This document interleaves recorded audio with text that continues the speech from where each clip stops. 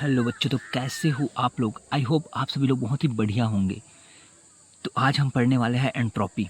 Guys, entropy बहुत ही important topic है, exam point of view से बहुत इंपॉर्टेंट है। तो चलिए गाइस, बिना कोई देरी किए वीडियो को स्टार्ट करते हैं। किसी तंत्र की अव्यवस्था को मापने वाले फलन को एंट्रोपी कहते हैं। क्या बोला जा रहा है? किसी भी तंत्र की अव्यवस्था, ठीक है, अव्यवस्था अर्थात बिखराव को मापने वाले जो मेजरमेंट रहता है उसको क्या बोलते हैं? अपन एंट्रोपी बोलते हैं। इसे एस से व्यक्त करते हैं। इसे सर्वप्रथम 1850 में क्लॉसियस नामक वैज्ञानिक ने प्रयुक्त किया। एंट्रोपी एक अवस्था फलन है जिसके निरपेक्ष मान को ज्ञात नहीं किया जा सकता।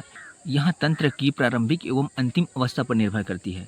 क्या बोला जा रहा है कि हाँ, तंत्र की प्रारंभिक और अंतिम अवस्था पर डिपेंड करता है। यहाँ बीच में जो प्रोसेस हो रहा है उस पर डिपेंड नहीं करता, इसलिए एस का मान ज्ञात नहीं किया जा सकता, केवल डेल एस का मान ज्ञात किया जा सकता है। ठीक है, एस का मान नहीं ज्ञात किया जा सकता, केवल डेल एस अर्थात एंट्रोपी में परिवर्तन का मान ज्ञात कर सकते, लेकिन अपन एंट्रोपी का एग्जैक्ट मान ज्ञात नहीं कर सकते।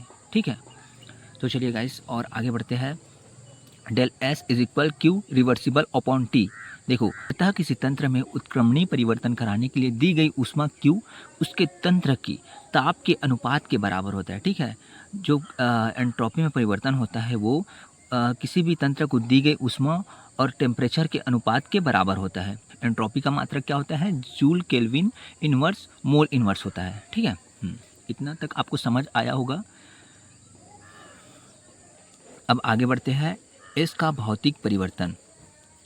यहाँ किसी तंत्र की अव्यवस्था की माप है। जिस तंत्र की एंट्रोपी जितनी अधिक होती है उतनी ही अधिक अव्यवस्था होती है। ठीक है, क्या बोला जा रहा है? जिस तंत्र की एंट्रोपी जितनी अधिक होगी उतनी ही वहाँ अव्यवस्थित होगी। ठीक है, उतनी ही अधिक बिखराव होगा। देखो, जैसे कि पहले गैस का जो बिखराव रहता है, अवस्था बहुत ज़्यादा रहता है, तो गैस का एंट्रोपी सबसे ज़्यादा होगा, फिर लिक्विड का एंट्रोपी होगा, फिर उसके बाद सॉलिड का एंट्रोपी होगा, क्योंकि सॉलिड कॉम्पैक्ट रहता है। सॉलिड का जो पार्टिकल रहता है वो सटा हुआ रहता है, और लिक्विड का थोड़ा मतलब दूर रहता है, लेकिन उसमें भी थोड़ा गैस के मुकाबले पास रहते हैं अणु। लेकिन गैस के अणु जो रहते हैं वो बहुत ही दूर दूर रहता है। ठीक है, इस कारण से गैस में एंट्रोपी सबसे अधिक होती है, फिर उसके बाद लिक्विड में होती है, फिर सॉलिड में होती है। सॉलिड में सबसे कम एंट्रोपी होती है।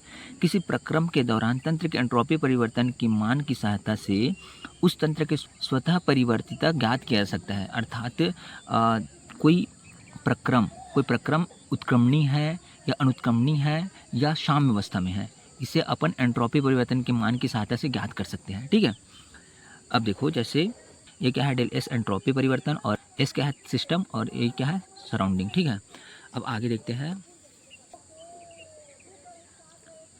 अगर केस 1 में अगर देखते हैं, अगर एस का मान, अगर एंट्रोपी परिवर्तन का मान 0 से अधिक है तो क्या होगा? यहाँ प्रक्रम स्वतः होगा। ठीक है, ये प्रक्रम जो है स्वतः होगा और अनुत्क्रमणीय होगा। ठीक है, तो प्रक्रम जो है वो स्वतः हो जाएगा और अनुत्क्रमणीय होगा। ठीक है, उसे और मतलब वापस नहीं ला सकते। और अगर केस बी में देखें तो क्या होता है? अगर डेल एस का मान 0 से कम है, ठीक है, तो क्या होगा? यहाँ प्रक्रम अस्वतः होगा और उत्क्रमणीय होगा। ठीक है, और केस सी में देखते हैं। केस सी में देखते हैं, अगर डेल एस का मान अगर 0 है, ठीक है, तो क्या होगा? निकाय और परिवेश अर्थात सिस्टम और सराउंडिंग के बीच का प्रक्रम साम्य अवस्था होगा, अर्थात इक्विलिब्रियम में होगा। ठीक है,